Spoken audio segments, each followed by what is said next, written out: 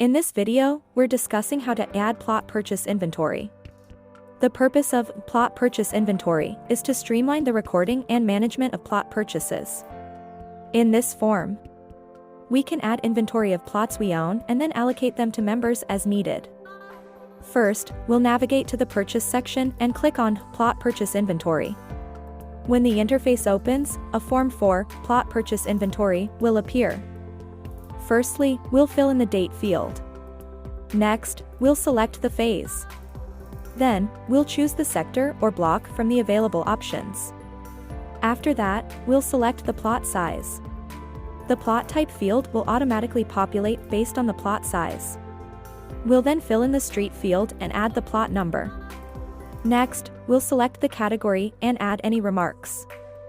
Finally, we'll click on the Add button. This will add the plot to the table below. If we want to edit or delete a plot, we can do so from the Actions column below. If a plot has been allocated to a member, the option to edit or delete it won't be available, and a message indicating this will appear.